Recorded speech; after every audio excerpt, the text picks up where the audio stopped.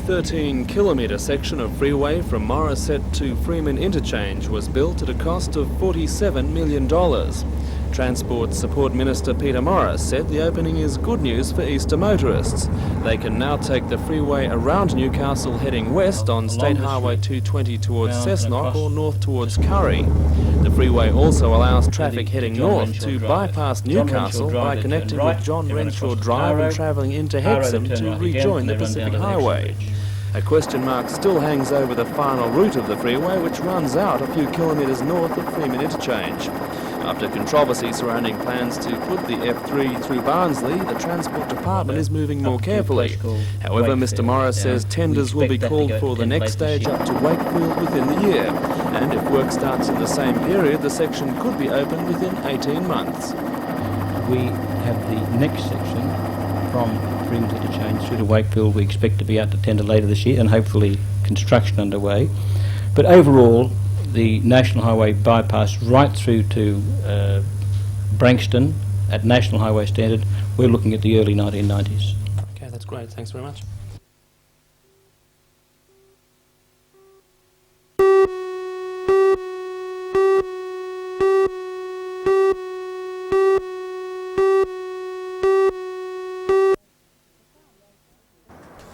The Foundation says the trend may be responsible for the shortage of rental properties in the Newcastle area. It's the time of year when university and college students enter the rental market and people change jobs. The Hunter Valley Research Foundation monitors movements in the rental market by scouring the to let and wanted columns in the local paper at the beginning of each month. It's found that the average weekly cost of renting a 3-bedroom house in Newcastle has risen to $131 per week. This is an increase of about 8.8%, a figure that outstrips movements in the CPI. Hunter Valley Research Foundation spokesman Alan Searles says because the foundation has only been monitoring the rental market for 2 years, it's difficult to read too much into the figures. Well, you've got a contraction in the supply of houses, as I said, for 1988 and 1987 in the early months of those years. As yet, the monitor is in its early stages, so we don't really know if this is a seasonal factor or whether it is something unusual. Industry sources believe, however, that it's much more than a short-term trend. According to real estate agent Colin Chapman, the abolition of negative gearing forced investors out of the market. And although they are returning now negative gearing has been reintroduced, it will be some years before the rental market eases. It's not a short-term thing. We'll see a rental shortage here in Newcastle for the next at least 2 years, I see. We've got an increase in, we've just got an ongoing increase in demand for rental accommodation, and we've got no new stock coming into the system.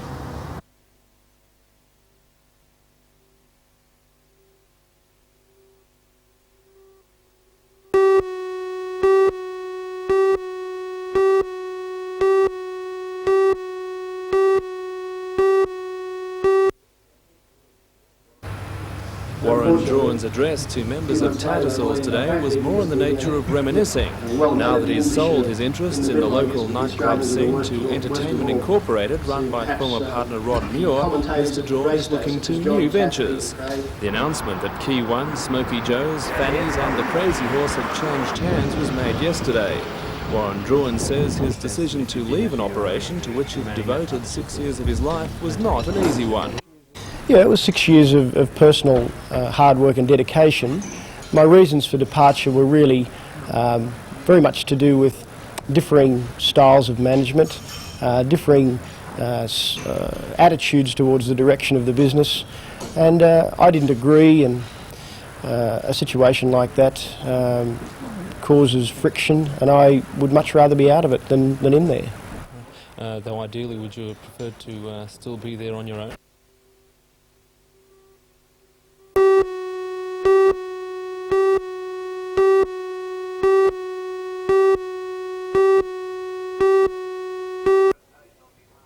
On behalf of TUIs will be Emma Addison.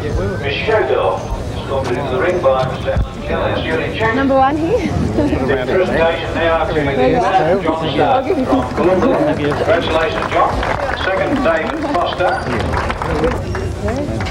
Well done. And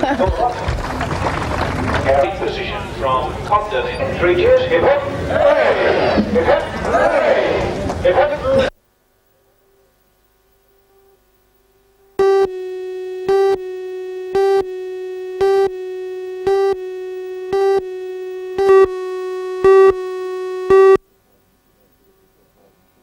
There's no figures to be talked about at this stage. But like Mr Keating yesterday, Mr Willis said there was no need for further substantial falls in living standards. The government, stunned by its loss of working class support, certainly hopes that message will bolster Labor's traditional base. Acting opposition leader Andrew Peacock accused Mr Keating of a blatant attempt to buy back disillusioned Labor voters and of caving in to trade union leaders. Confederation of Australian Industry Executive Director Brian Noakes said wages growth had to be tied to productivity, not inflation. That's the bottom line as far as we're concerned. According to ACTU President Simon Crean, the new wages system being negotiated by the government could decide the outcome of the next federal election.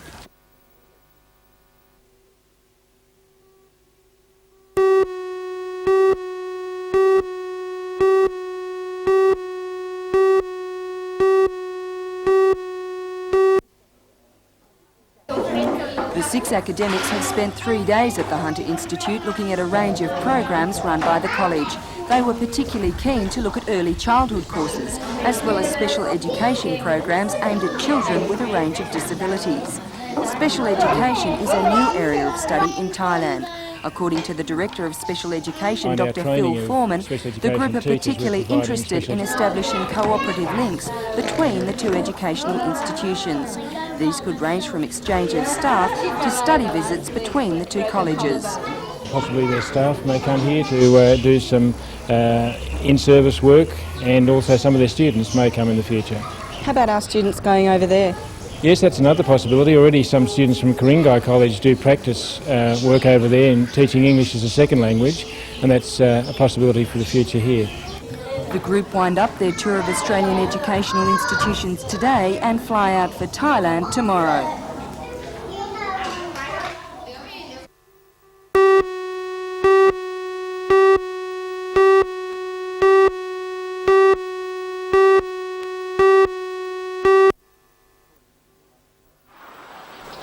According to the Department of Agriculture, which organised the seminar, the Hunter is one of the most advanced regions in the state in the field of hydroponics. During the 3 days, growers are hearing from experts in the field and today visited local hydroponic farms, including Cliff Thomas's at Tanilba Bay. The Thomas farm produces 200 boxes of lettuce a week, all grown in entirely soil-free conditions. Seedlings are planted in a gravel bed through which constantly trickles a water chemical solution which feeds the plants. At the end of its run, the nutrient solution is caught in troughs and recycled. The hydroponic system is very expensive to establish, but according to Cliff, his half-hectare plot paid for itself in its second year and now produces 4 times what it could on the ground. And what about the product itself? Does it actually come out as good in the end? Well, some reckon better. So we seem to get a premium price at the market, and that's all that worries us. Some people prefer hydroponic lettuce. According to Clary Beckingham, District Horticulturalist for the Department of Agriculture, the science of hydroponics is improving all the time, and it now offers a viable alternative for many growers. There's a range of advantages, Ross, in particular convenient picking height. We see crops grown very uniformly and fairly quickly. It's a crop that can be grown in a very sterile condition, so free of soil. You've got advantages of disease prevention. You've got an advantage of a very clean product to present to the consumer.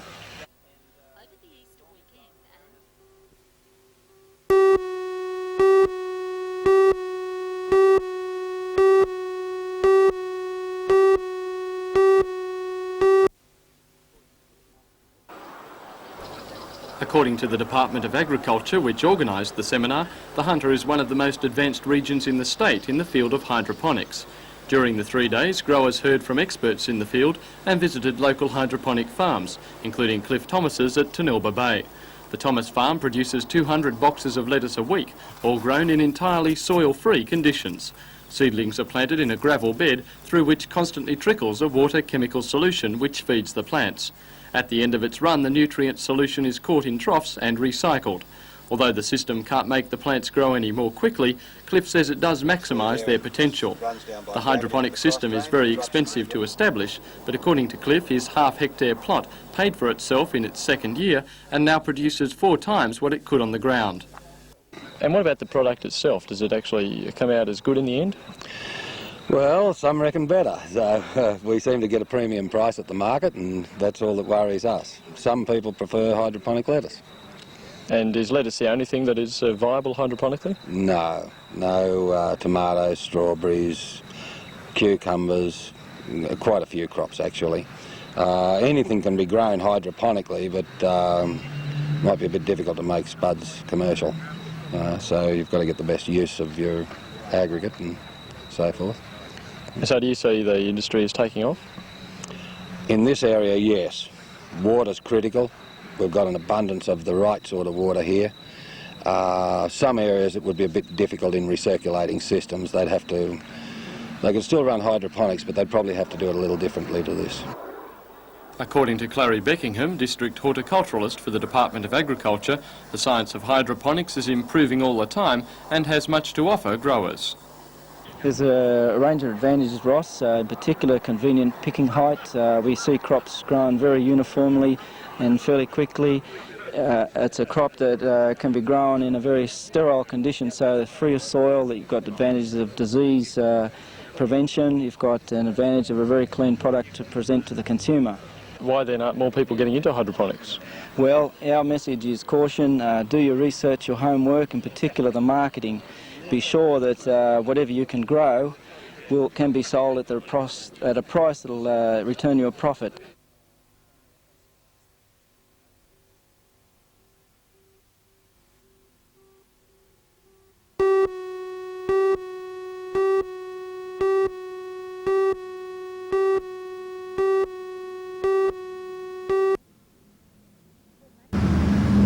For management staff of the Cardiff Workers Club, the idea to expand turned into a long-running struggle with the local council. We've had a lot of problems really convincing people, firstly, that the shops aren't going to affect any of the local businesses.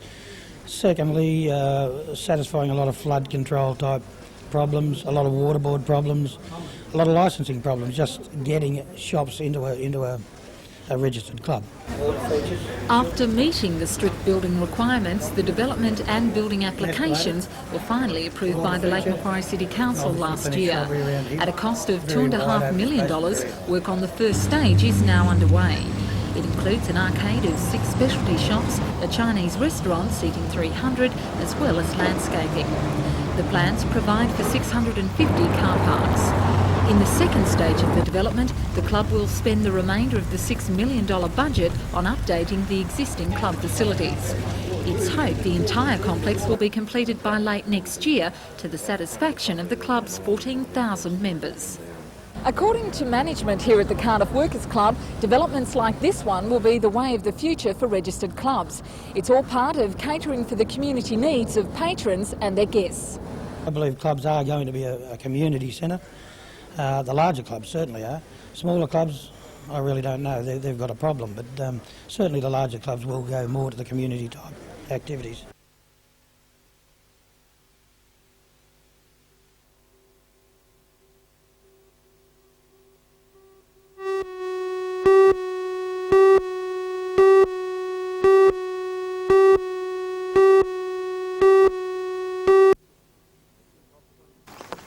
The top 24 juniors in the 200-strong competition teed off for the second 18 at midday in conditions slightly better than yesterday.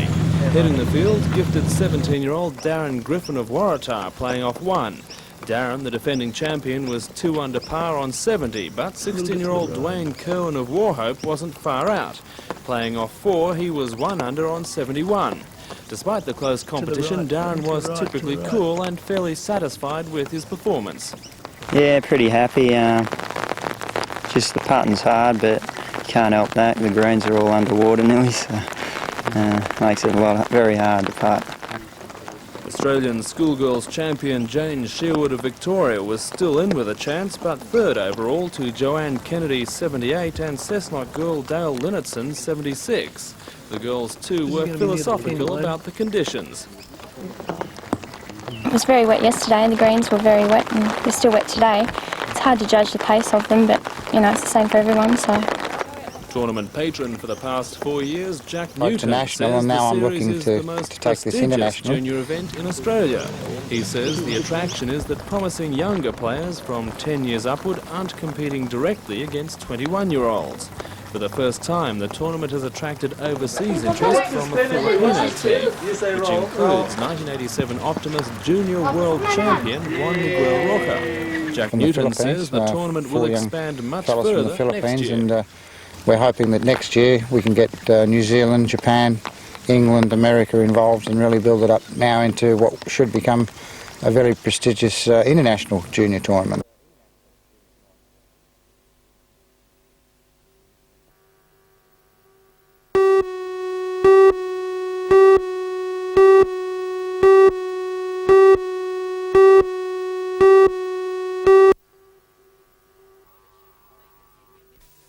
Our special guest this week is the Premier of New South Wales, Nick Greiner. He was swept to power after a massive swing against Labor in traditional electorates, many of them in the Hunter Valley. Can he keep his election promises? And meet the most remarkable triathlete. At 46, Barbara Brown can outswim, outcycle and outrun most men her own age.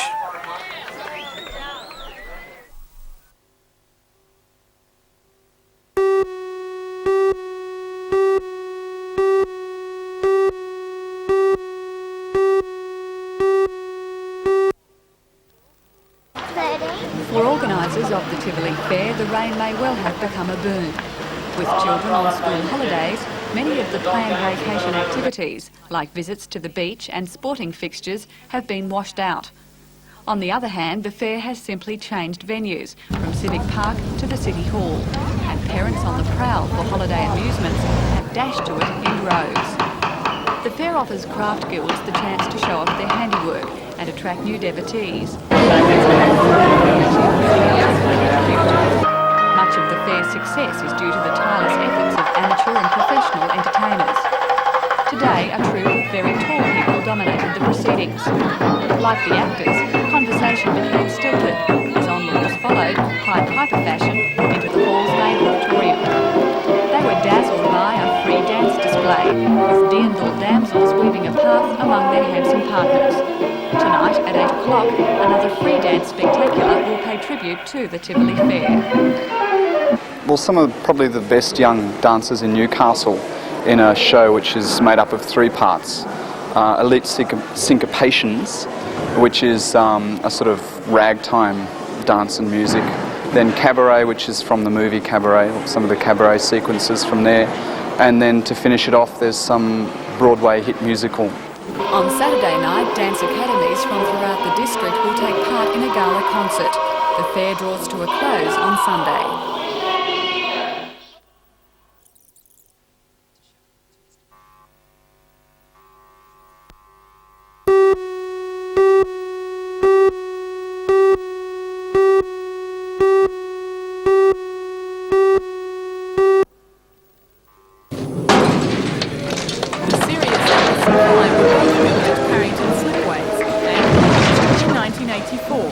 Since then, the vessels, each around 25 metres long,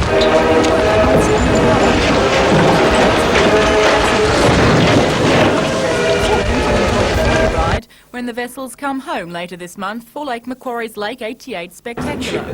Urban transit officials visited Lake Macquarie today to finalise arrangements for the visit. The ferry should ease parking problems, with up to 100,000 expected for the Spectacular on April the 23rd and 24th. During the 2 days, the ferries will operate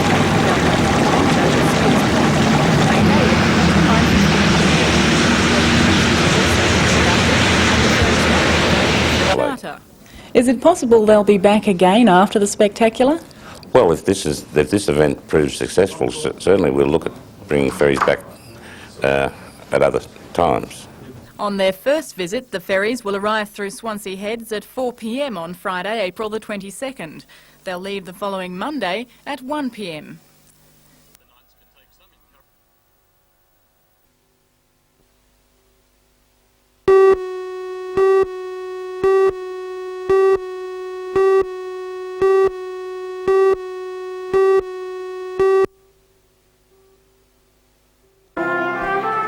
band spectacular was a bright and energetic contrast to the persistent rain and drizzle which has blighted outdoor activities at the Art and Crafts event.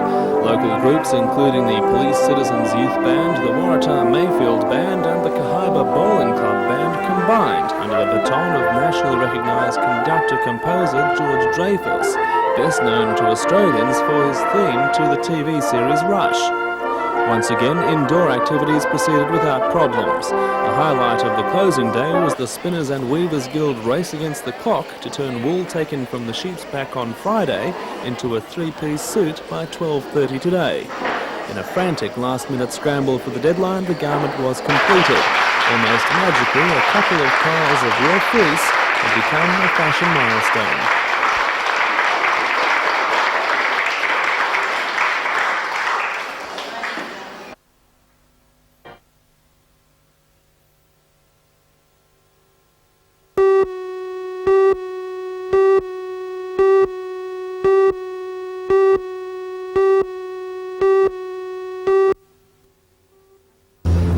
Unemployed people between the ages of 15 and 25 are eligible to take part in the new SIS course, focusing on retail sales as a career rather than a stopgap job. Some attended a seminar today to find out more about the course. It requires students to spend a full I week think probably learning more about importantly is retailing just the high level of service, 3 weeks on the in job fact, work that the department stores do offer and spend in another week retailing to the evaluating the public. course and canvassing for jobs. Right? It's unique for the Newcastle area that I know of. We've worked very closely with the employers in the area, very closely with Grace Brothers and David Jones to set up a training scheme that's targeted towards the labour market. We have 150 new positions coming up in retail in Charlestown very shortly, and we're training for that and management positions as well. Topics covered by the course include types of employment, awards, conditions and responsibilities. 20 people will be accepted for the first course, which starts on May the 2nd. In choosing the 20, several qualities will be sought. The attitudes that they have towards employment, we're looking at all of those sorts of things, and the opportunities that they will have individually themselves. So although we're only selecting 20 for the first course, the people that don't get through the first course will be offered a position on the second course that we will be doing. For some, she says, a retail sales career can be the chance for a start in life, as some young people have been unemployed for up to 5 years.